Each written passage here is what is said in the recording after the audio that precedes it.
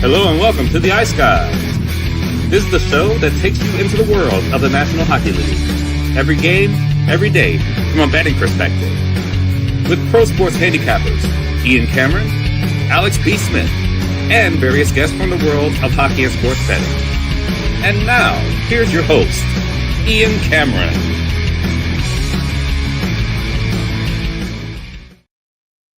Welcome to the Ice Guys, Tuesday, December 17th. Ian Cameron, Matt Robinson, and a Tuesday card filled with a busy night of action as we usually have on this day of the week. 10 games tonight in the NHL. Looking forward to breaking those down in just a moment.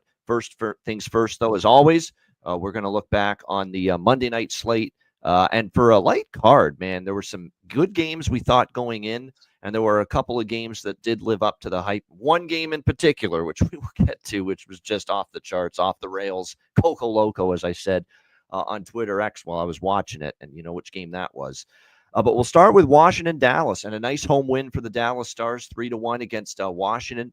A solid effort, pretty solid defensively. Good penalty kill last night for Dallas. Their power play came through as well, and just a real solid effort against obviously a Washington team gunning for their 10th straight road win last night in that game. And after giving up the first goal to Dylan Strome, the Stars got the next three. Rope hits on the power play. How about the scoring machine in just 3 NHL games known as Leon Bischel for the Dallas Stars? Wow, 2 goals in his first 3 NHL games. He had a seeing eye shot from the point last night, which beat Lindgren for the 2-1 go-ahead goal, and then Rope Hintz with the insurance marker late in the third for a nice 3-1 win there for the Dallas Stars, snapping the 9-game win streak on the road for the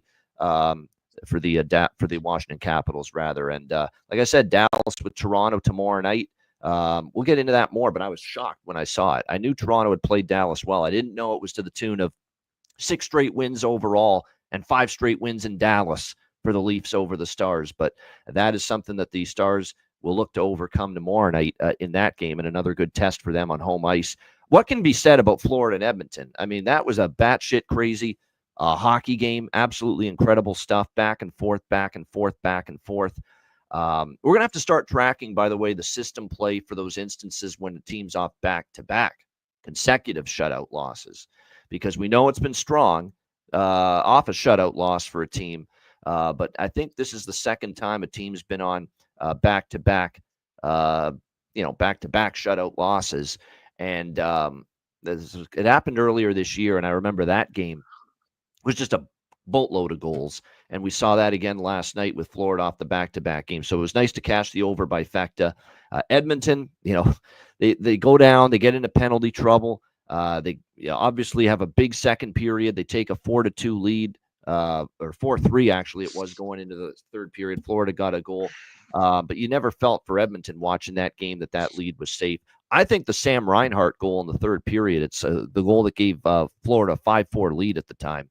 It's why this guy is a goal-scoring machine in the NHL now, last year and so far this year. When he has the kind of shot from that angle, and he has the smarts, he has the IQ, he has the wherewithal to just basically shoot that puck off the side of the head, off the side of the mask of Stuart Skinner. Just an unbelievable shot, unbelievable thought to actually put that puck on net and do such a great job. So, like I said, that was a great goal for Reinhart. Edmonton tied at 5-5, and then Carter Verhaeghe, who had actually been pretty cold the last little bit, big for his confidence to get the 6-5 goal, and the Panthers hung on for a 6-5 win, coming back after being down a couple of times. It was a physical game. There was a lot of bad blood throughout that game. You can tell as not that I'm surprised by that, considering this is the 2 teams that faced each other in 7 games in the Stanley Cup final, but just a thoroughly entertaining game last night as the Florida Panthers get a 6-5 win over Edmonton. I'm sure the folks at Amazon Prime are very happy because that was the nationally televised game on Amazon Prime in Canada last night, and it delivered. It's nice to see a game where you're excited about it, and you could tell that game was a little more than just your average regular season game for both of those teams. Colorado and Vancouver.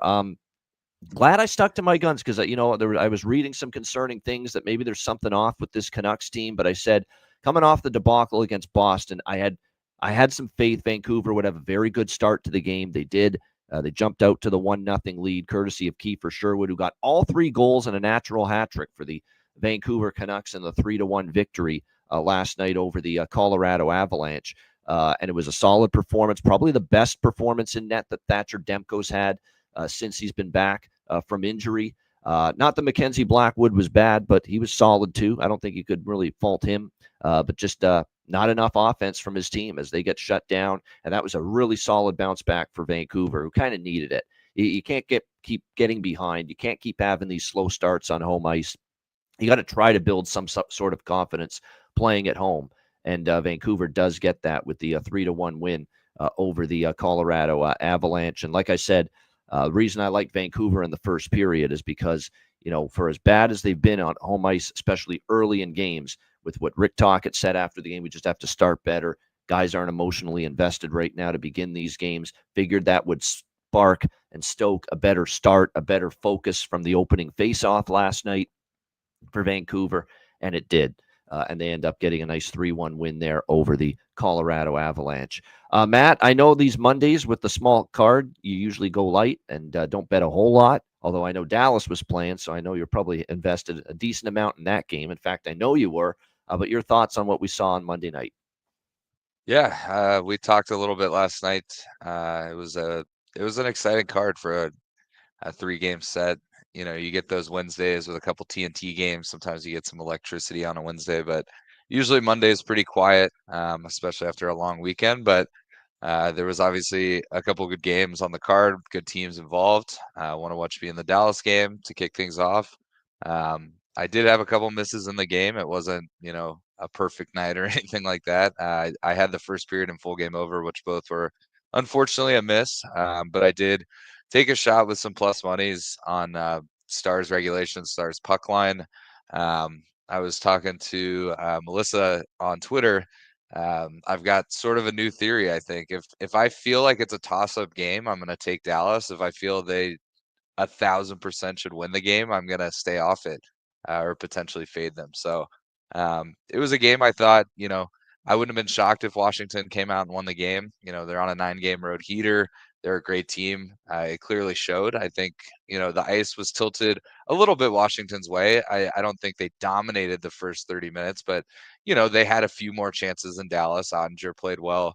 But, at the end of the day, both teams had a lot of chances. Both goalies played extremely well. Dallas was able to score on the power play and Washington wasn't. And, there's been games this year Dallas has lost because of the same situation. They go 0 for 4 on the power play. The other team goes 2 for 4 and they win 4-2. So Dallas's special teams was incredibly important. They had great PK last night. Washington really couldn't get anything going. We've joked about it between my friend group that maybe there's times that Dallas's power play struggled and we'd, potentially want to forego a power play and stay 5-on-5. That's sort of what it seemed like for Washington. They were playing some really good hockey, getting chances, and then the power play would come out and it was kind of a lost cause. So nevertheless, big win for Dallas. I did have Bischel anytime goal. I mentioned it on the chat yesterday. And then Ryan was really big on Rupe Hintz anytime goal. He had, kind of been back and forth with Hintz and Robertson, the last couple of games. And, I know they talked about it on the pregame show. Hintz has had like over a point a game against Washington in his career. So, it just seemed like a Rupe spot. So was happy to get those. I did have Jamie Benn anytime goal. I thought he might chip in, but, he did get an assist. But, overall, it was definitely a profitable game. And then really the only other game I had any action on was the Florida Edmonton game. Awesome game to have kind of during the Stars intermission / after the Stars game ended. Obviously a lot of back and forth. I had the first period over, full game over, and I did take a shot with Florida money line, given that it was a plus price. That was another one that, I wouldn't have been shocked if Edmonton won. Obviously, it was a back and forth game. Anybody could have won that game, but I just felt like, maybe it was a chance for Florida to get a little salt in the wound after, winning the cup last year. So very exciting game, a lot of goals. Obviously, first period and full game sort over. So those were some nice hits, and then was lucky to get a little win with Florida. But yeah, I think we've got a 10-game card coming up tonight, so a lot more action ahead, and hopefully, continuing the streak. Yeah, no question. We've got a good, solid Tuesday slate. It's very interesting to see, and Chris Otto brought this up. When's the last time we've seen this many 5.5s with totals? We've actually seen, some of these totals drop a little bit down because, look, we've seen lower scoring hockey, I would say, more often over the last, month, but especially the last few weeks. And I think now we're actually starting to see a little bit of an adjustment based on that. So I think that was something that I definitely took note of, and we'll see what that means as far as the totals results moving forward. Because oftentimes when we start to see the 6.5s littered, that's usually when the unders come back and make a comeback. And then when we start to see the adjustment, when we start to get this little stretch of lower scoring hockey and we push these totals back down to 5.5 again, it ends up being a situation where all of a sudden the value shifts back to overs again. So it's going to be interesting to monitor this tonight and moving forward if there's more 5.5s in play, as I see tonight with many of these games as far as totals are concerned. All right, let's begin with the Buffalo Sabres and the Montreal Canadiens. Buffalo minus 130, road favorite, 6 the total in this game. Just as Alex and I talked about on yesterday's show. And by the way, Alex will be back Saturday if you weren't on yet. If you didn't watch the show yesterday, it's definitely going to be a situation where he'll be back Saturday. He's just getting ready to go back to Chicago. He'll be back with us Saturday this weekend. When you look at this Buffalo-Montreal game, Terry Pegula, the owner of the Sabres, travels to Montreal, gets on the jet, decides he's going to talk to the team before the game. And as Alex and I projected and predicted, it's not going to be much of anything. It's just going to be lip service. And that's exactly what it was, that nothing's going to happen. The answer is in the room, is apparently what Terry Pegula's message was to the team. We're not firing Kevin Adams, the GM. We're not firing Lindy Ruff, the head coach. We're not making massive trades, and it's not going to be a fire sale. We're not getting rid of Tage Thompson, Dylan Cousins, although Dylan Cousins is the one guy that's been rumored and linked to a few other teams as far as potential trades are concerned. Again, that doesn't mean anything's going to happen, but it's just worth noting that we do see that is in the mix, that we could see, some movement maybe involving Cousins, but that's not a sure thing. But the owner basically said nothing's going to happen. The fix is in the room. So I don't know if that's an inspirational quote. I don't know if that means you're going to see a spark now. What? Because the owner goes there and says basically not a damn thing is going to happen. In spite of the 10-game losing streak that the Buffalo Sabres are on now. I don't know. Sometimes when I see a players only or a team meeting like that, I like to bet on the team, but I can't do it with Buffalo. And I'm certainly not doing it with them laying minus 130 on the road. I mean, can't do it. When they get what I would suggest doing is if Buffalo gets the lead in this game, which is very possible because in 6 of the 10 losses that the Buffalo Sabres have endured during this 10-game losing streak, and 6 of those games they have had a lead at some point. So if that's going to be the case again here tonight, I would say don't bet Montreal plus 110 pregame. Wait to see if Buffalo gets a lead, and maybe you do get Buffalo coming out strong, which they did against Toronto, which they clearly have shown the ability to get off to good starts, but finishing games, holding leads has been a major problem for the Buffalo Sabres here during this losing streak. So that's definitely my approach, is that I'm not getting involved in this game pregame. What I'm going to be looking to do is exactly what I just mentioned. If Buffalo's got a lead, we'll live bet Montreal at some point. We'll get an even better price with the with the Montreal Canadiens during the game if they end up falling behind. So that's my approach right now as far as this is concerned. I do like a small over by Fecta in this game. Buffalo's not defending very well. We've seen Montreal, especially at home against lesser opponents, even against lesser opponents, their offense gets rolling. I could see that happening here against this Buffalo team. But I think Buffalo coming off the, whatever, words of encouragement or, words of, trying to spark something that their owner gave them. I think it's going to spark something more offensively than defensively, because I don't like where their game is at. They missed Dahlin too, and Dahlin offensively, they actually miss him defensively. And now I believe one of their key defensemen might also be missing this game as well tonight, as I just bring up the updated lineup here for the Buffalo Montreal game tonight. I'm pretty sure it's just Dahlin. Thought for a minute there was going to be another defenseman out for them tonight, but no. Who was I thinking of? I was thinking of Samuelson. Yeah, but he's playing, Matthias Samuelson, so he's good to go. It's just Dahlin, but nevertheless, this team's struggling to keep the puck out of the net, so it is an over by Fecta for me, and I am targeting Montreal in this game, but I'm going to wait to take my chance that maybe Buffalo does take the lead, and we'll get a better price to bet Montreal live in-game. What do you think here in this one, Matt? Buffalo, Montreal. I tend to agree with you. I think, I do think this, whatever it is, news coming out of Buffalo will spark a little bit, but I think it's going to, if anything, spark offensive play. So I'm not going to back the Sabres. I could see them winning this game, no doubt. It's not like Montreal is a team that's been dominant by any stretch, but I like overs here. So I really love the first period over. And then I might sprinkle a little bit on the full game over. I see, you've got it at 6.5. I do see some places have it as low as 6. That's a typo. It should have been 6. It's 6. Okay, It's 6 gotcha. across the board. Yeah, there we go. Yeah, I was gonna say I can see it like minus 110 at 6. So, I think that's a fair shot. It could even be a good opportunity for a Matt Robb special. First period over, full game over 5.5. So if you do hit that 6 mark, you're gonna get the full payout. And since it is a 6 spot, I think you can probably get it somewhere in the plus 120, plus 115 range on BetMGM. So that may be something I look at. I might do a solo bet on the first period over and then sprinkle a little bit on the first period full game. Yeah, nothing wrong with that. So some people like him. Cousins has been circulating in the trade rumors. You know who I like for Buffalo? He's ice cold forever. Couldn't buy a goal. Jack Quinn, come on within. You'll not see nothing like the mighty Jack Quinn.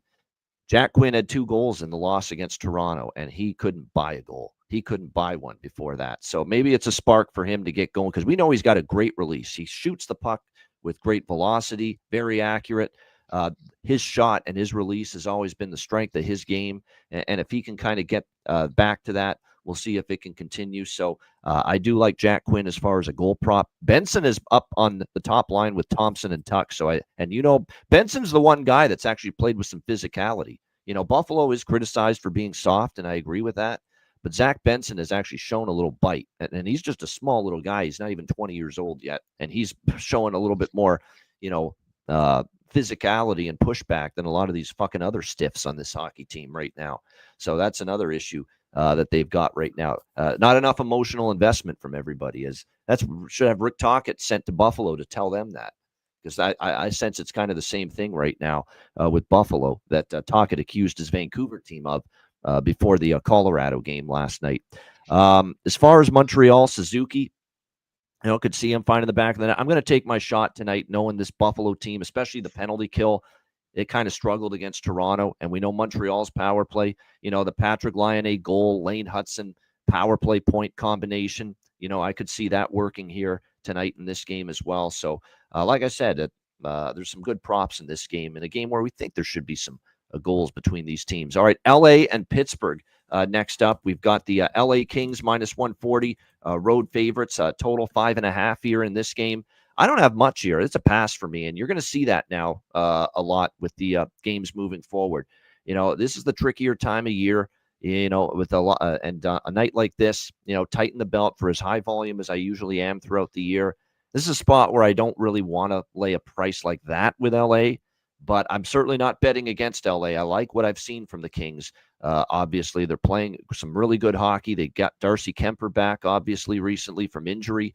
They get a nice 5-1 win against the Rangers, who obviously are struggling. But the fact you put the boots to them, you left no doubt, which is good to see. 7-1 in their last 8 games. The only loss was to the Devils, 3-1. And that was a spot where New Jersey was really chomping at the bit. After they had got shut out by Colorado, they got the loss to Toronto, which Stolarz basically robbed them of 2 points. You got a really focused effort from Jersey in that game. And other than that, LA has been great in these last 8 games. Very good defensively. That's what I've been impressed with. They have given up 2 goals or less, this LA Kings team, in each of their last 7 wins. So we'll see if that trend continues here tonight in this matchup between them. So it's one of those deals where LA's in great form. Don't want to lay minus 140 in this price range, though, even against a Pittsburgh team. There's no comparison defensively between these two teams. But you're going to get Nedeljkovic here in net for the Pittsburgh Penguins tonight. We'll see how he fares. He gave up 4 in a losing cause the last time he played against the New York Rangers, and that was 11 days ago. We'll see how he fares tonight. But Nedeljkovic gets the call for the Pittsburgh Penguins in net. Yeah, really nothing here. I certainly don't want to go against LA. That's the lean, but at minus 140 on the road, not feeling it at this price. Matt, what do you think here? Kings, Penguins. I'm in the same boat. I definitely lean LA. I don't know if I want to lay minus 140. They've kind of played a little bit low and slow, so I could see it going under. Obviously, a 5.5 over is always enticing, but might be a game I watch a little bit of, see how the pace is. Maybe if there is some pace to it, and you can jump in and get a 4.5, 5 minutes in, might be worth a look. There's a couple props that I might look at in this game. Alex Turcotte's bargain bin worthy. He's not going to be my bargain bin, but he's in that range and he's playing on the top line. Laferriere's had a great year. He's always worth a look. So there's definitely some props. The only thing I'd really look at, and I'm kind of back and forth on it, is the LA Kings team total over 3.5. It's like plus 130, plus 125, somewhere in that range. I could see them getting to 4 in this one, but I could just see it being, a 4-1 game, 3-1 game with an empty net, something like that. So, yeah, this will probably be a pass game for me. If anything, I would look at LA Kings team total, or I would look at, potentially some prop bets, but that's about it. Yeah, for me, certainly, we've talked about, Ricard Raquel, Sidney Crosby, Brian Rust has been just a, phenomenal line for the Pittsburgh Penguins. The problem is they haven't always gotten consistency from the rest of the group necessarily. We'll see if they can get a little bit more punch from some of the other second, third, and fourth line. Just hasn't given them enough consistently. Once in a while, you'll get Beauvillier scoring like he did. Once in a while, you'll get Cody Glass scoring. The one guy that is actually starting to light it up a little for Pittsburgh is Blake Lizotte, who is against his old team here, of course, the Los Angeles Kings. It's a great point by Jonathan in the chat. He has scored 3 goals in the last 5 games for this Pittsburgh team playing on the fourth line. You go back further, and in the last 9 games, he has scored 5 goals. So not bad. I mean, that's certainly someone that might be able to strike, from down the lineup here. Blake Lizotte, now with the Penguins, facing, of course, his old team, the LA Kings. All right, Columbus and Tampa Bay. We've got the Lightning minus 260, home favorites here, 6.5 the total in this one. Tampa Bay, we'll have to see about Victor Hedman. Of course, he's been on the injury report for the last couple of games. He missed the last 2 against Calgary and Seattle. Day-to-day game time decision for this game tonight. This is the dreaded coming back home off a road trip spot for Tampa. Certainly not ideal.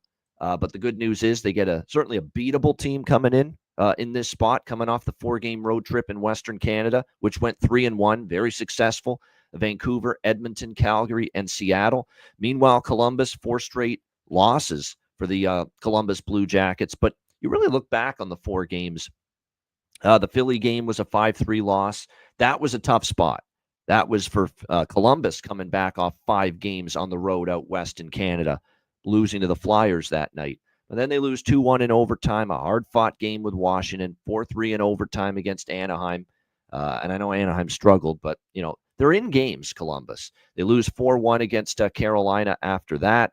And that's a game that was only 3-1 going into the third. And then, of course, Carolina added the third period goal. It's a tricky little spot here for Tampa Bay. I don't know if I trust the Jackets or for the majority of the game, but I think maybe in the first period you can make a case to maybe back them here. Tampa a little slow out of the gate. So I don't mind looking at Columbus here first period, which I think is not a bad option here. Just, we'll see if they can sustain this for the entirety of the game, but you can get as high as plus 175 right now with the Columbus Blue Jackets here in the first period. I think at that price, it's worth a look. Vasilevsky in net for Tampa Bay, and it will be Jet Greaves getting another start here for the Blue Jackets. This will be his 3rd start since he's been called up. He's given up 6 goals in the first 2 starts combined, so an average of 3 allowed per game. Yet he faced a lot of shots, so we'll see how he fares here. But again, right now, with the way things are going for Columbus, with the goaltending and what they've gotten really from the other 2, Merzlikins has been up and down. Daniil Tarasov really has not been good this year. I almost feel like Dean Evison by default says, this guy can't be any worse, Jack Reeves. And he's been, considering he's faced over 60 shots in the 2 starts. He hasn't been that bad to give up 3 goals per game on average. So, like I said, we'll see how he fares here, though, against obviously what's a very capable Tampa team. But I do like the over by Fecta here as well. But I do, and I'll take a shot here with the Jackets, but only in the first period. I do think, though, there could be a chance Tampa Bay just a little slow out of the gate here tonight. What do you think here in this one, Matt? Jackets, Lightning. Yeah, I like Tampa Bay here. I think, at home they tend to play well. They're the first offense in the league, which I just saw that stat and I was a little surprised by it. But, when you look at their games when they do win, it's a lot of 5-2, 4-1 games. I think they just beat Seattle 5-1. Maybe it was 4-1. Nope, it was 5-1 on the road. So what I'm going to do, though, is, I'm obviously not laying minus 260.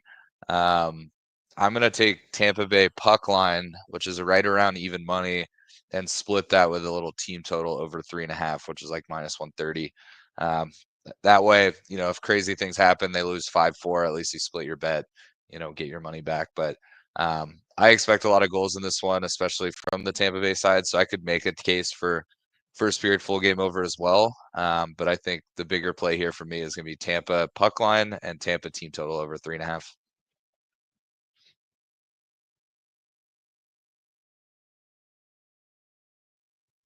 I think you're muted. Sorry about that. Yeah, so Matt liking the Tampa team total over and the Tampa puck line, and a little bit with the over by Fecta. I want to point out with Tampa at home, they've really been seeing some higher scoring hockey games of late. Their last 4 home games were 4-0 to the full game over, 3-1 to the first period over. So there you go. 4-0 to the full game over, 3-1 to the first period over for Tampa Bay in their last 4 home games. And they've been scoring. They've also been playing a little loose defensively at home. Whereas on the road, a couple of those games, the Edmonton game, the Vancouver game, the Seattle game, they tightened it up defensively away from home, putting on a little bit more of a show, being a little bit more lax defensively here at home at Amalie Arena. So that is something that got me into that over by Fecta tonight as well. 4 straight full game overs, 3 of the 4 first period over as well for Tampa Bay in their last 4 home games. All right, Islanders and Hurricanes. We've got Carolina minus 250 home favorites and the total 6 here in this matchup.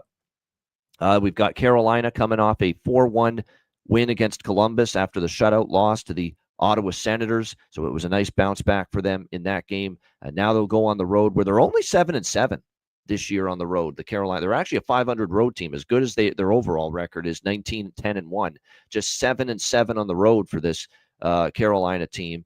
Islanders off a 5-3 loss at Chicago on Sunday afternoon. It was a very good spot, I thought, to take Chicago at a big plus price and a revenge spot too, because they lost to the Islanders in a game that they were down by a score of 5-1. At one point, and then that was the game where Chicago got it back to 5-4. Patrick Waugh wasn't happy about the way they kind of stopped playing, took their foot off the gas pedal in front of Ilya Sorokin, but they did hang on to win, and then they follow that up, losing the rematch to Chicago 5-3. The last time the Islanders hosted Carolina, it was not that long ago. It was 10 days ago.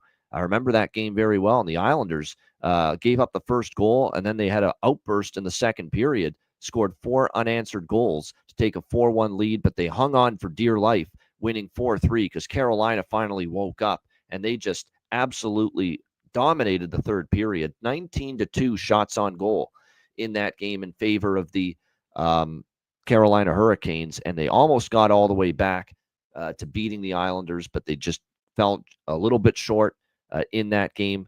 With the 4-3 loss to the New York Islanders. We'll see maybe if they get a little payback here in this one here tonight.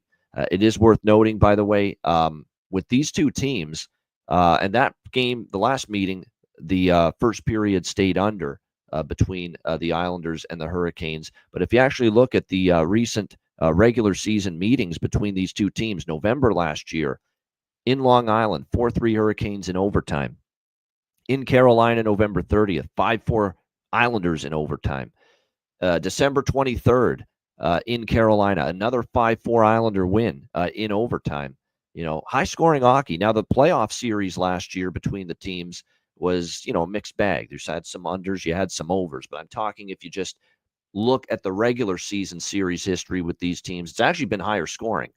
And you can shop around and get a 5.5 with this total. At 5.5, I'm in with the over here with the Islanders and the Hurricanes. Not to mention, I don't like, again, what I'm seeing a little bit from the Islanders at the defensive end. They've given up 12 goals in their last 3 games combined. It's not the way the Islanders are going to win games defending that way. They've kind of struggled at that end of the ice. And we know Sorokin, and in particular, just hasn't been nearly as strong as he was, say, early last year and 2 years ago. He's confirmed in net, by the way. Horvat day-to-day. We'll see if he suits up. Pyotr Kochetkov is projected in net. Probably will be him, but hasn't been confirmed as of yet for the Carolina Hurricanes in this game. So 5.5, I think there's definitely reasons enough based on the way these two teams have matched up historically to look at a piece of the over here at 5.5. And again, shop around because you can get 5.5s with this game. All right, Matt, what do you think here? Islanders, Hurricanes. Yeah, I don't hate it at 5.5. I think the play I like the most here is the Hurricanes team total over 3.5. I can't, I'm not going to take them minus 250. I could see the Islanders chipping in once or twice. So that's what makes me kind of dig that full game over, especially if you get it at 5.5. But the bigger play here for me is going to be Canes team total.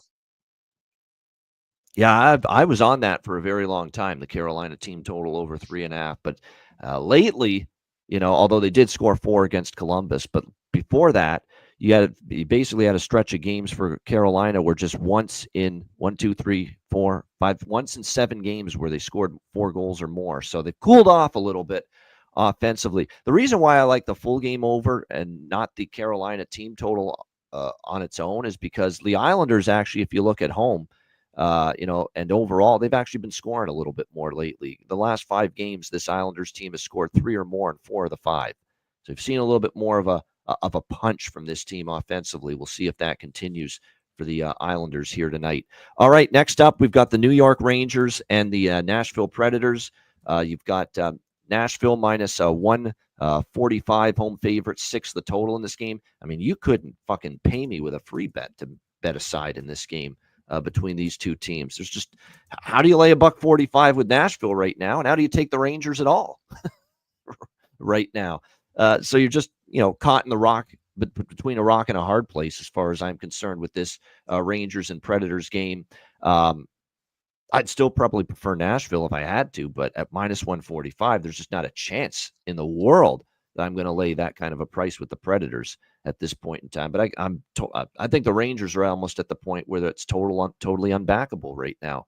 I'm hearing rumblings that they had some kind of team meeting, just the players talking about Drury and just being upset about how he treated Trouba and some of the other shit he's done the last couple of years. You got to figure there's just a lot of demons and bad voodoo right now going on in that Rangers dressing room with all of these issues and with all of these struggles. So this is just one of those games to just watch with fright because of just how,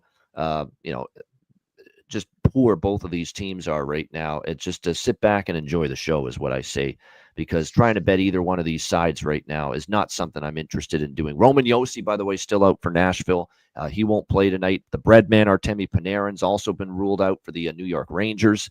Upper body injury, won't play tonight against the Predators. So you got key absences on both sides. Shesterkin confirmed in net for the New York Rangers tonight.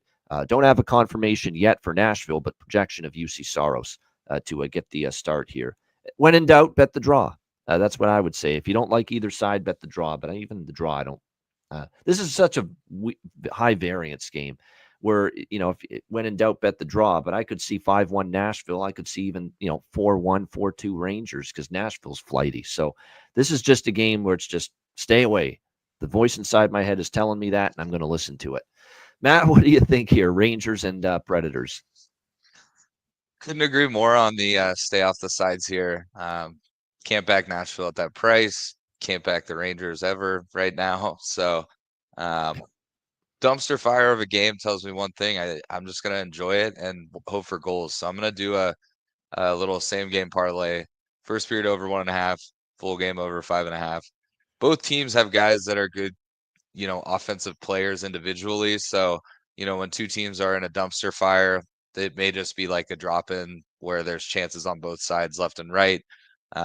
We've talked about it the last couple Nashville games. They've got more or less an AHL defensive core out there right now.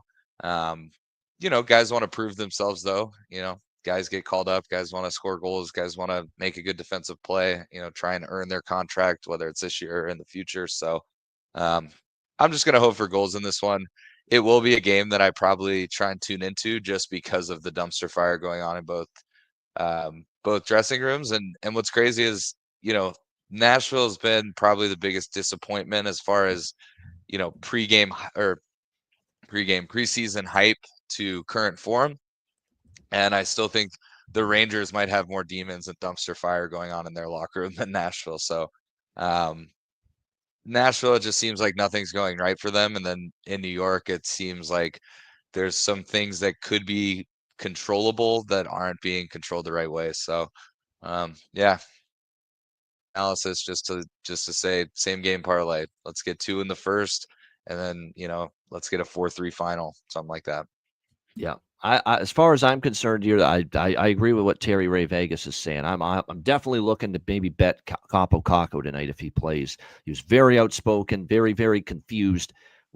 He felt like he was centered out, it being the healthy scratch against St. Louis the other night, saying, I was surprised. I know you got to do something as a coach when you're losing games, but I think it's just easy to pick a young guy and boot him out. That's how I feel, to be honest. Like, he didn't hold back. He wasn't enamored with what Peter Laviolette did on Sunday, making him a healthy scratch. Almost made him like a scapegoat for all the other fucking problems. Why doesn't he ever, give Zibanejad's been absolutely horrific, by the way, horrific of late, and that guy will never get benched. That guy will never get, taken off the ice, and they'll skip a shift involving him right now at this point in time. And that's Laviolette. That's the one criticism you can have of Laviolette throughout his life.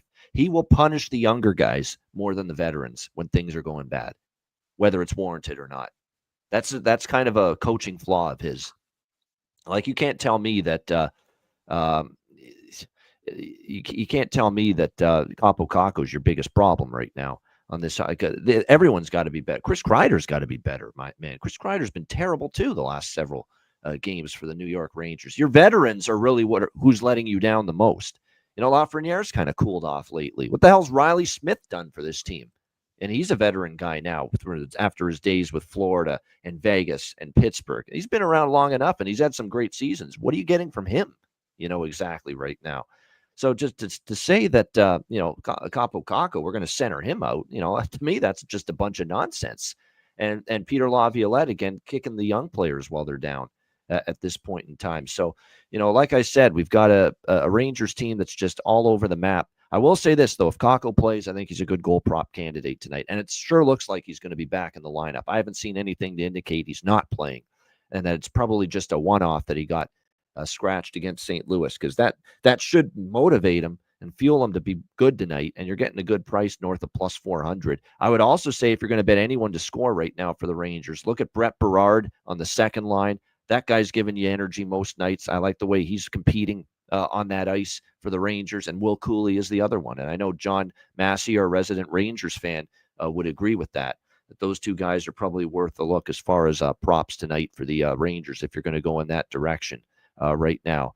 O'Reilly being back, should make a difference. And we saw him get the 2 goals and 1 assist against Dallas, in his return. This will be his 3rd game back. I mean, at least you got something, to help you out at the center ice spot. Even though you're still not great down the middle, it was even worse. It was just almost just horrifying to look at the Predators' situation at center ice when O'Reilly was out. And at least with him back, certainly going to be, and that's true. Stamkos not a natural centerman, and yet there he is on that center ice position tonight for the Predators. So, like I say, these two teams are screwed up so much, words can't explain it right now. But there are a few props I like, as I mentioned, for that game. All right, next up, we've got New Jersey and St. Louis. We've got the New Jersey Devils, currently minus 180 road favorites, 5.5 the total in this game. I remember being on St. Louis in New Jersey just recently. I think the second game with Jim Montgomery as head coach after he got hired. And St. Louis went into New Jersey and not only beat the Devils, they shut them out. So it was very impressive. Now you got New Jersey trying to, not return the favor as in get a shutout, but obviously get the win here against St. Louis. I think I'm pumping the brakes now on the just taking St. Louis blindly every game. We certainly did that with great success for the first 5 games, but now they've gone 2-3 in their last 5 games, losing to Edmonton, needing overtime to beat Vancouver, losing to San Jose, losing to Dallas. They got outplayed in that one. And yeah, they beat the Rangers, but the Rangers are an absolute mess right now. And there was kind of that feeling of St. Louis hanging on for dear life a little bit at the end of that game against the Rangers, which I was happy about because I was on the Blues, but that got a little too close for comfort, down the stretch of that game for the Blues against the Rangers. They do feel like, yeah, they got the bump from Montgomery. They've kind of leveled off. Not, they haven't obviously played poorly, but they've leveled off a little bit, a little more up and down, a little more inconsistent, win one, lose one kind of deal for the St. Louis Blues. And it's worth noting, after each of their last 2 wins, they have lost the next game. So I'm not eager to back St. Louis tonight, even though they've been good to me. And we've talked about Dylan Holloway ad nauseum and all the goals he scored, although he's cooled off a little bit now. A few games, I think he's 3 games now without a goal for him after that crazy stretch of 7 goals in 6 games. So I'm off St. Louis tonight, but I'm not laying this price either with the Devils. Devils are off back-to-back home wins against the Kings and the Blackhawks, 3-1 and 4-1. Really solid defensively, worth noting in both games, only giving up 1 goal, which is good to see. And how about the fact that in those 2 games against the Hawks and the Kings, and not to mention the game they played against Toronto where they deserved a better fate, they've given up sub-20 shots on goal, sub-20 as far as shots against for the Devils in 3 straight games. So they're definitely playing with a good amount of defensive focus right now. So I'm not involved in the total. I'm not involved in the side. This is just a stay off for me. There are a couple props I like, which I'll mention, though, in a minute. What do you think here, Matt? New Jersey, St. Louis. Similar for me. This is a pass game for me as far as sides and totals. Obviously my boy Stefan Nason has had 0 points in the month of December. He's still playing on that first power play unit in St. Louis, being a bottom 10 penalty kill in the league. It has improved a little bit with Jim Montgomery, but I still think, it's a perfect night for the Devils to chip in on the power play. So I might jump on a couple Stefan Nason props, anytime goal, anytime assist, maybe power play point if you can find it. But yeah, not a lot for me in this game. I kind of lean Devils because I do think St. Louis has kind of cooled off a bit. And I think, New Jersey's more or less back to playing in the form that maybe we expected. I think they were a little overhyped going into the season, but I think they're definitely a quality team that deserves some respect. And I think St. Louis, got that jump with Jim coming in, but I think, that's sort of subsided a bit. And they're really more or less a middle of the pack, lower middle pack team in current form, just from who they've got in the lineup. So I think you mentioned it, but yeah, it looks like Binnington is confirmed, and Binnington so, and Markstrom. Yep. He's definitely a guy that can steal a game. He can have a really elite game, and St. Louis can slip away with this one. But I lean the Devils here. I'm not going to lay -180, so I'll probably just stick with a couple props. Good stuff. All right. As far as this game goes, yeah, there are a couple. I'm sprinkling on Holloway still, but again, treading a little lighter with that now. He has cooled off a little bit. We'll see how he fares. I like Toropchenko tonight. He's moving up a little bit, playing with Shannon Kyrou for St. Louis. And then for New Jersey, Dawson Mercer is actually kind of the player I'd keep an eye on right now, just as far as value is concerned. He got a goal and an assist against Chicago in the last game. He's on the second line right now. I like Dawson Mercer and the value you can get with him right now to score a goal. One more thing I want to mention on the Steven Stamkos thing and about him being at center, which I disagree with. Yeah, he has played there before. He's definitely accustomed. He's familiar with playing at center. But here's the thing. When you're a center iceman in the NHL, you have to drive the play. And you have to set up your line mates, and you have to put them in good positions to score goals. That's not Steven Stamkos' game. Steven Stamkos' best attribute is being set up by someone else. And that's, to me, why he works better on the wing. He needs someone to feed him the puck. He needs someone to put him in a spot to score. I think when you're asking Steven Stamkos to be the guy to, set up, facilitate his line mates when he plays center, that's not playing to his strengths. That's the way I see it with him right now. And like I said, it's just, to me, I think he's better suited, especially at this stage of his career, in the twilight, of his career on the wing. But, I'm not fucking Andrew Burnett right now, or maybe Barry Trotz has some input. I'm sure he does. This is a guy that coached in the NHL for, over 2 decades, and I'm sure he has a few opinions that he shares with Burnett about what to do. Not that he'd ever tell Burnett what to do, because Burnett's the coach, not him. But the bottom line is, like I said, Stamkos at this stage of his career, like I said, he's the guy that should be fed the puck, not the guy trying to drive the offense, drive the play at this stage of his career. So that's why I don't know if this is the greatest idea or fit at the moment for the Predators. All right, let's move along. We've got Washington and Chicago. Shout out to Alex B. Smith, who, of course, is on his way back to the Windy City tomorrow for Christmas. And, of course, he'll be back with us Saturday. His Blackhawks hosting the Washington Capitals. We've got Washington minus 200, road favorites. The total in this one, 6, shaded to the under in this game. You look at Washington coming off the 3-1 setback last night in Dallas. It is a back-to-back situation now for the Capitals here, taking on the Chicago Blackhawks, who certainly have the rest advantage, and that's significant at this time of year. Keep in mind, this month of December, in comparison to the first 2 months of the year, across the league, these 32 teams are playing way more games in the month of December than they did in October and November. You're seeing a lot of games in a condensed period of time, increased number of back-to-backs, at this time of year. So what I'm trying to say is when you have this kind of a schedule at this time of year and one team has a distinct rest advantage over the other, it's significant. And for Chicago, they did have the back-to-back over the weekend, but they have now been at home since Sunday. Stay at home here. You got Washington now on a back-to-back, also 3rd and 4 nights for the Capitals, home to Buffalo, in Dallas, in Chicago tonight. Not easy. A little bit of a rest advantage here for this Blackhawks team. I sprinkled on Chicago here, at plus 170. I think this is a tricky spot. It's a Chicago team that I still think, with Sorensen, since he's been there, has it always been pretty? Has it always been good? No. But one thing you cannot deny is that this team is playing some really competitive hockey. I like that we finally saw the offense get on the board for 5 against the Islanders, that Connor Bedard, who I think part of the reason why they said see you later to Luke is because Bedard was starting to regress a little bit under Luke Richardson this year. You need him going. You can't have Connor Bedard taking a step back, in this particular time of his career.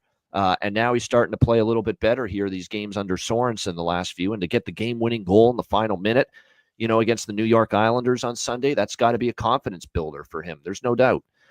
They're coming off that 5-3 win. I think they've talked for a long time about trying to build this home record. I mean, if you're betting this based on the home performance for the season of Chicago and the road performance of this in the season for Washington, you're taking Washington here. There's no doubt. Chicago's only 5-8 at home. Washington's 12-3 on the road. But I just think with Washington having that road win streak snapped last night and asking them to turn around, come back and play tonight against a scrappy Chicago bunch, just think in this spot, they're a little overvalued at Washington. And we haven't said that for a while, but, there's been adjustments to how good Washington's been this season. And I think for Chicago, there's a chance they could come out of here with the W. So at this price, Chicago plus 170, I don't mind taking a shot. I like this over by Fecta quite a bit. I know the Washington first period overs have cooled off, and we saw another under in the first with Washington last night. But still overall, long term, we're talking about Washington still being 16-5 to the first period over in their last 21 games. I still think Chicago is a team that's trying to push pace, trying to get the defense more involved in the rush offensively and playing to try to score more goals. So you can get over 1.5 here with Washington, Chicago in the first period. And again, shop around because you could find a very reasonable 5.5 with the full game over as well. Minus 120 at Bet365, minus 122 at FanDuel. Shop around. You can get a good price for over 5.5. So I like that. Over by Fecta, and we'll sprinkle for a shot on the upset with the home dog, Chicago, here in this one. Matt, what do you think here? Capitals, Blackhawks.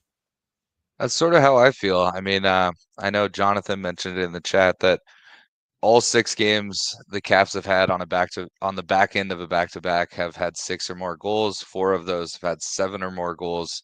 I think it's a good game for a same game parlay, or you can just split it up and take a first period full game over at 6. And if I was to take a side, I would take Chicago here. I still think Washington's a great team. We talked about it pre-show. I thought they had some elite play last night. Didn't get the bounces they needed, and hopefully they're having a power play meeting today to kind of get things in sorts. But I think they mentioned on the broadcast the only team with a better home PK than Dallas this season is Chicago. So might not be the best game for the Capitals to get their power play figured out. But I do think I sort of lost my train of thought. I do think, the Caps have a chance. That's happened to me before too, so don't feel bad. What I was going to get into is the Caps. I think had they won last night and they're trying to keep that road win streak alive, I think I'd be a lot more hesitant to back Chicago. But I think that was something that was in the back of their heads. We're rolling game 7 on the road, game 8 on the road. Once that's snapped, it's not really something I thought. So, for them to be on the end of this back-to-back, they may just, lay an egg here and lose to Chicago. And I think I saw someone else in the chat mention that their next game is against Carolina, so they may already be looking ahead to that. So, tough spot. I think Chicago's got a chance here. I'm not going to lay the house on it or anything, but just a little sprinkle on Chicago, and then I'll be a little heavier on the first period full game over. All right, good stuff. Yeah, as far as the goaltending for this one, Logan Thompson is projected, not confirmed, and Arvid Soderblom projected, not confirmed, though, for the Chicago Blackhawks. Taylor Hall, status uncertain. Yes, game time decision. He wasn't on the ice for the morning skate, so he may not go tonight for the Blackhawks. Keep an eye on that. But I'm still going to take a shot with Nazar to score a goal. Nazar for Chicago. He's a guy that, just got called up. I know no points in the first 2 games. Tara Vinen is someone certainly that's been doing well lately. We've seen even Bertuzzi pick it up. It's look at the defensemen too. Start to look at the Chicago D-men potentially because they're shooting the puck a lot more. And we've even seen it with Alex Vlasic, who's become one of their very solid young defensemen here of late. So no doubt, like I said, with him shooting the puck more, that's what Sorensen wants. He wants the defense jumping into the play, shooting the puck more, joining in on the rush, joining in on the offense. So some of these defensemen, it's not the worst idea in the world. For Washington, it seems like I've mentioned in the same players here, but it's true. McMichael on the top line, Wilson, Protas, they're all on the top 6. They've all been very strong for this team offensively. Now they only get the 1 goal, and I think that plays well for those for the 2 legs of the over-by-fecta tonight. That we could see, yes, a tired Washington team, as Russell says in the chat, but also a team that's, trying to get their offense kick-started again, after only scoring 1 goal last night in the loss against the Dallas Stars. All right, we got 3 games left. We got Boston and Calgary next up. Boston minus 130, road favorites, 5.5 the total in this game. Hey, you guys know what I like in this game. We've been talking about it for several Bruins games in a row. They've on this nice little heater as far as the first period over is concerned. And I've watched this Boston team play a lot during this, last little stretch they've had. And there's been goals early and often in these games. I don't know how long that's going to continue, but, it's definitely a Bruins team that certainly since Sacco's been there, we've seen them often, get on the board first or allow their opponent to get on the board first early in games. And they're on this, I believe now 7-0 run to the first period over. In their last 7 games coming into tonight. No question about that. So, like I said, I think first period over is the clear look for me in this game. I know Calgary shut out Florida. Do we trust Calgary to pitch another shutout here? I'm not so sure about that. But I was impressed with what they did against Florida. But they're not the kind of team that usually, when they come off that kind of a performance defensively, a lot of times you see the bottom fall out the next time. I have nothing on the side here. Boston's trying to build a little momentum. They lost, obviously, to Seattle, and then they lost the game before that, and then they finally bounced back. Winnipeg, trounced them. They lost to Seattle. They bounced back with one of their best games in a while against Vancouver. They're trying to build some momentum, but I'm not laying minus 130 here in this spot with Boston on the road. Don't trust Calgary enough to take them either, so it's first period over for me. More than anything. I like that. And Bruins have been rolling to the first period over here of late. What do you think here, Matt? Boston, Calgary. I'm in the same boat. I I could also make a case for the full game over, but I kind of like them early and then could see things slowing down. So um, don't like a side here. I think both of these teams have had some decent games lately, but it's not enough for me to really you know, bet the house on them either way. I think it'll be a pretty interesting game, honestly, to kind of see how it plays out. But yeah, not a lot for me on this one. Maybe just a first period over here. All right, good stuff there. Yeah, at home they've been, like I said, Calgary's 11-4-1 at home. It's that's quite the home record that they've had at the Saddle Dome. I'm trying to see what they've done in games after shutting. I'm interested now because off the top of my head, this is not a team I'm fully, trustworthy of after a shutout win. Let me see. We're going to do a little on-the-fly analysis and research and deep dive into this with Calgary off a shutout win because I don't think it's pretty for them off a shutout win. Okay, they shut out New Jersey 3-0 November 1st. They lost the next game 4-2. So there's one indication of them off a shutout win. They shut out Nashville at home 2-0, and then they beat the Islanders. Okay, there's one that was positive, 2-1 in the shootout win. They shut out Columbus 3-0 just recently. It was a few weeks ago. They lost the next game to St. Louis 4-3. So 2 of those 3 times they've shut out the opponent this year, they've not fared well the next game. So yeah, that kind of backs up what I was thinking there as far as that game's concerned. Yeah, I like first period over. I don't full game over, not so much. But again, this we've seen goals early in these Boston games, and it wouldn't shock me if we see that once again here tonight. All right, next up we've got Ottawa, Seattle. Senators Kraken. Ottawa minus 130 road favorites here in this game. The total sitting at 5.5, shaded to the under in this game.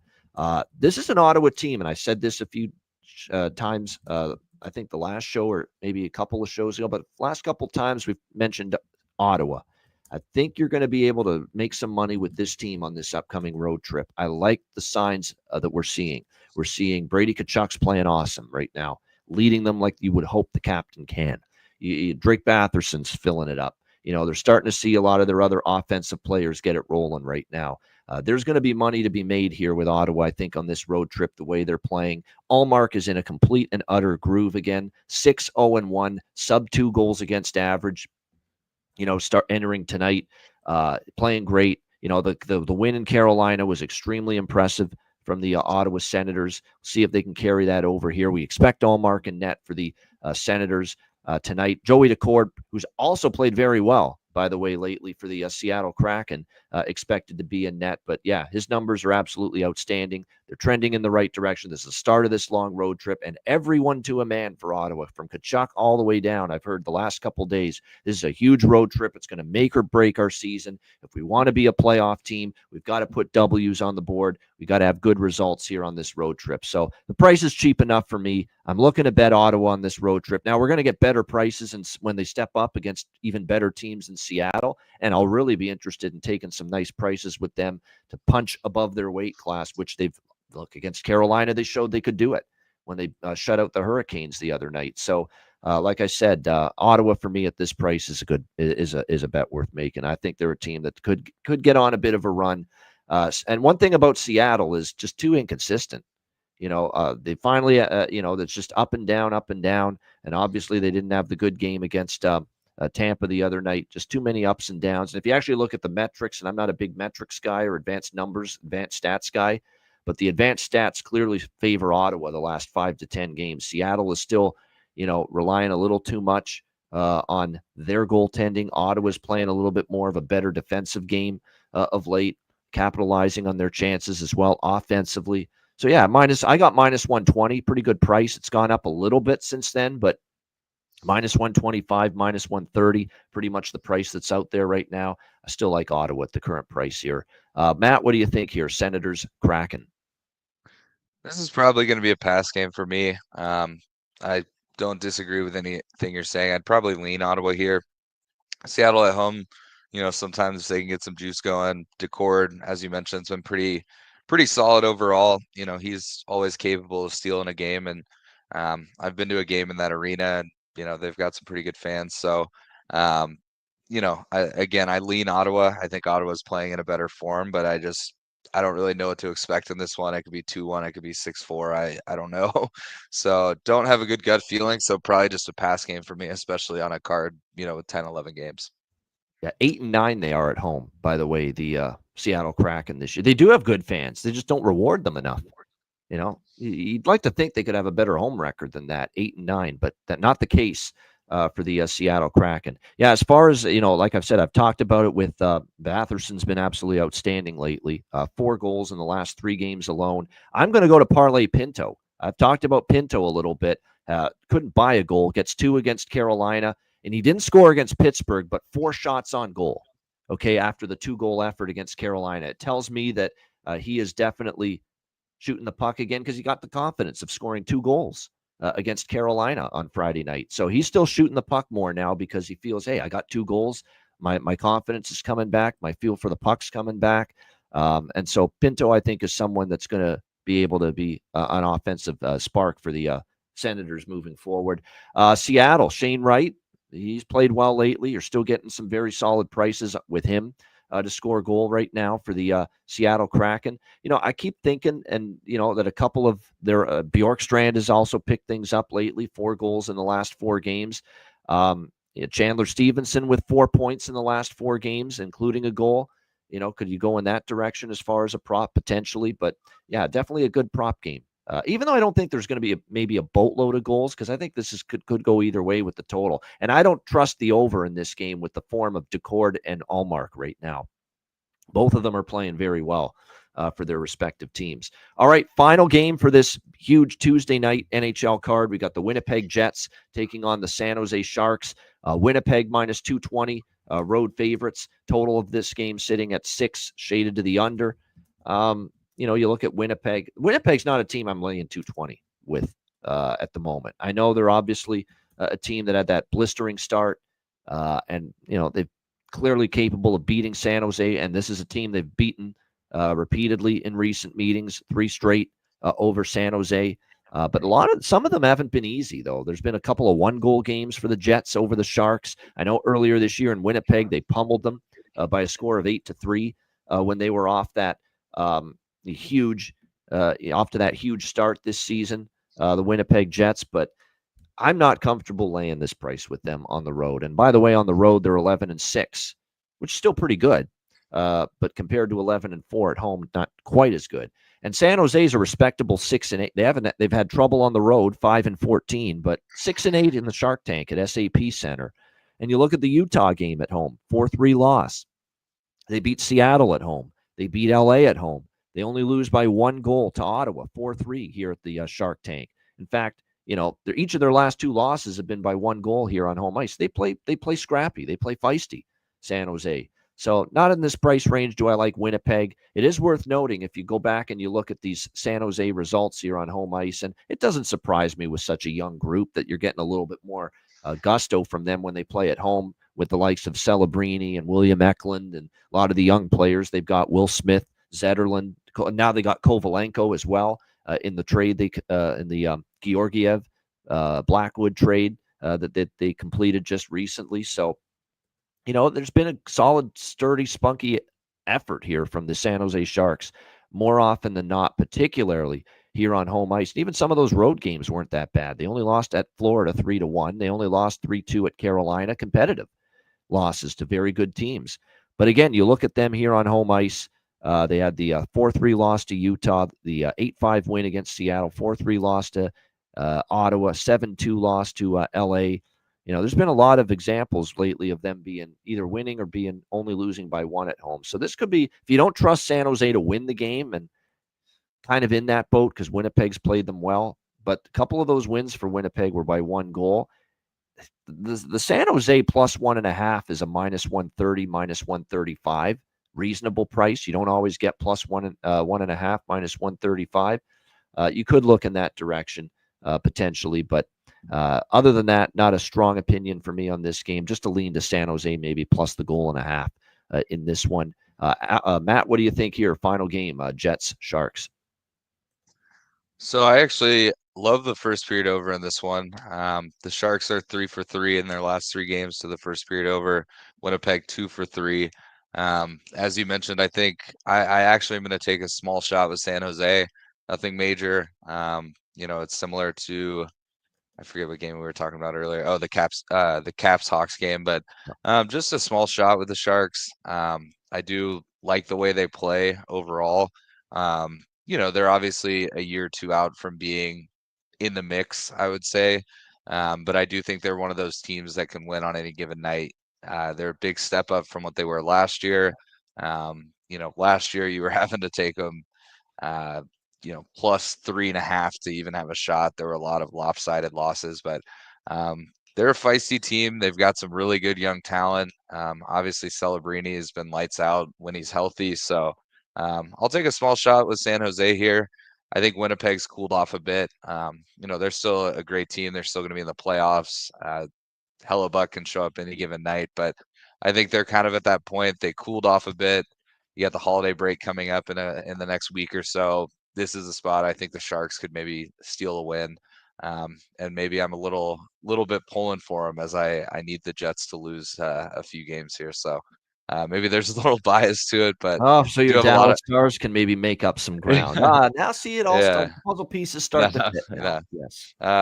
I living here in Reno. I have a lot of buddies that are Sharks fans. A lot of times they wouldn't take the Sharks very often the last year or two, but I talked to my buddy before the show, and this just seems like a spot. Maybe they steal one.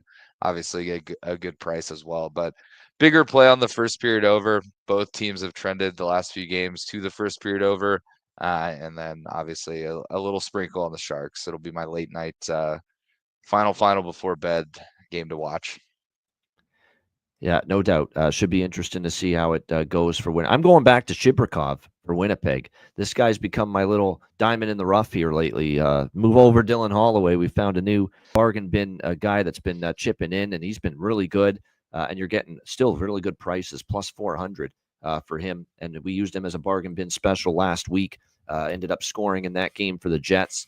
And Macklin Celebrini is worth a shot every night, but I find at home he really goes the extra mile. Barclay Goodrow, by the way, could be with Granlund and Zetterlund. So there's some good value on the old veteran. Barclay Goodrow potentially tonight for San Jose as well. Kovalenko as well, playing with Celebrini and Toffoli, means he might be actually worth a look as well. Maybe a little bit of value on his side as well, as far as this is concerned. Shout out to everyone in the chat. Hey, look who's here. It's Alex B. Smith in the chat, who is getting ready for his flight back home to Chicago. He's got obviously a lot of stuff on the go today. Yeah, what's going on in the chat? Let's calm down, everybody. This Christmas season here. Let's go. Peace, goodwill toward men. Let's go, and women for that matter. Let's go. Let's it's Christmas time. Let's have some cheer here, not cheer from the chat. Good stuff. We appreciate everyone joining us, though. As long as it's just some ribbing, that's okay. We just don't want anything personal or anything, inflammatory coming from anyone in the chat. By the way, we thank everyone for joining us on Patreon, of course, as a Patreon member. Patreon.com/IceGuys, just $10 per month. And again, we've got our goalie charts, totals charts posted on the page. Bonus content. We've got exclusive live betcasts from the Ice Guys coming up, obviously, in the new year. Our daily betting card posted each day, sides, totals, and player props on the Patreon page. So make sure you sign up. We're almost at 200 members, so help us get there. $10 per month. Make sure you sign up. And again, your subscription goes a long way to supporting the show and keeping us going in the long term. So sign up for just $10 per month at patreon.com/IceGuys. Check out the Ice Guys store as well, iceguys.myspreadshop.com. Again, get your gear and your merch. May not get it in time for Christmas now, but still, get all the gear, all the great merch we have at the Ice Guys store, iceguys.myspreadshop.com. All right, we got Bargain Bin Special of the night and Best Bets coming up in just a moment, right after we hear from our great Ice Guys sponsors.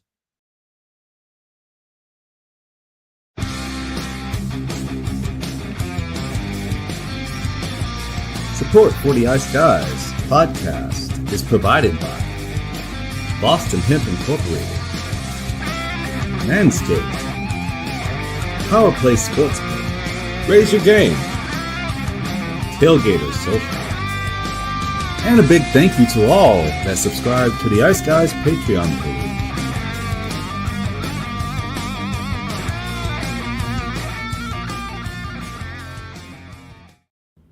Everyone loves a perfect pair.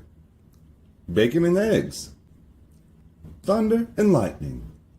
Mario and Luigi. A hot dog with fries. Ian and Alex B. That's right. Everyone loves a perfect pair. So why not pair up your game nights with Boston Hemp? From exotic flower to concentrates and edible products. You'd be hard-pressed to find a better pairing than Boston Hemp and hockey. Check them out today at bostonhempinc.com. That's bostonhempinc.com. Boston Hemp Incorporated, the official smoke sponsor of the Ice Guys. Void where prohibited by law. Not available outside of the United States. Must be 21 or over to obtain products. Check your local regulations to see if Boston Hemp is available in your area.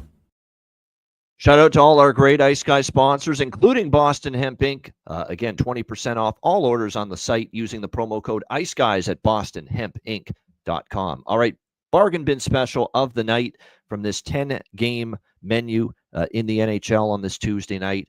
Matt, we'll start with you. What do you like tonight for your bargain bin special?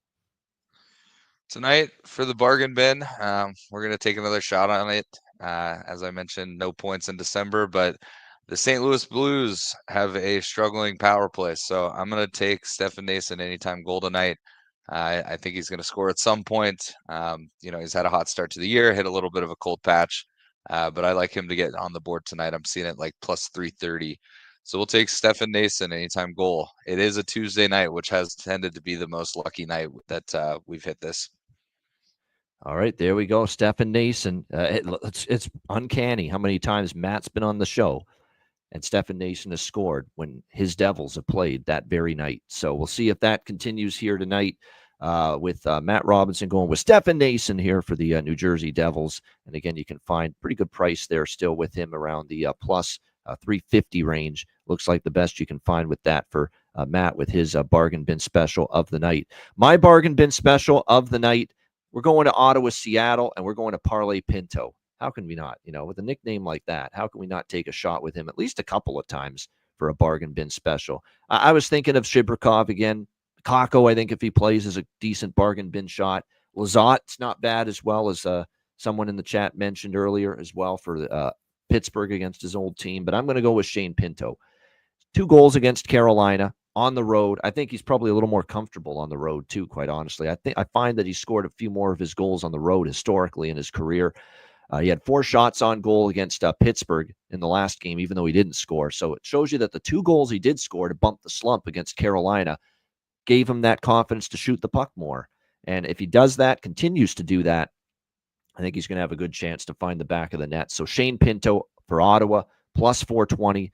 That is going to be my bargain bin special of the night here for this Tuesday card. Mercer's a good choice too. Nothing wrong with that, says from Percy in the chat. Yeah, Mercer's a good bargain bin too. For New Jersey in that game. I agree with it. It'll be on my prop card for sure. All right, best bets. Matt, what do you like here for best bet? Yeah, so I like a lot of goals in this game. I lean with a side, but I'm going to take the first period on the Tampa Bay Columbus Blue Jackets. Again, I love Tampa to score quite a few goals in this one. I know Columbus is capable of, chipping in 1 or 2. I could see a 2-1 first period or something like that, but doesn't matter. Even if Columbus scores 2 in the first, we just need 2 goals. So give me the Tampa Bay Columbus Blue Jackets first period over tonight in Tampa. That'll be my best bet. All right, good stuff indeed there. I like it with that one. Columbus, Tampa Bay, first period over 1.5. Jackets Lightning for Matt Robinson with his best bet. My best bet, look, the last time I grabbed a full game over 5.5 and used it for best bet, things worked out pretty well. And it was that game between the Oilers and Wild last week. We talked about Minnesota was missing Brodin and missing Eric Sinek, missing Jacob Middleton, and their defense was definitely hurting a little bit against Edmonton, and Edmonton basically got the total by themselves in that game. And we're going to another over 5.5 here tonight for best bet. And this one's a good one, I think. I like Washington, Chicago, over 5.5. Minus 115 is what you can get with it at a bunch of different spots. Capitals bouncing back or looking to bounce back after 1 goal last night against Dallas. Chicago pushing pace, defensemen getting into the play. I think they're definitely generating more zone time and offensive chances. The goals weren't necessarily going in consistently until that last game against the Islanders, where they put up that 5 spot, and that could be a confidence builder for the Blackhawks here tonight in this game. You're getting a 5.5. Washington, I know Jonathan mentioned it in the chat as well, a strong trend of their games on a back-to-back, flying over the total as well. So Capitals, Blackhawks in the Windy City, over 5.5 minus 115 for my best bet here for this Tuesday NHL card. Shout out to everyone in the chat. Appreciate it very much.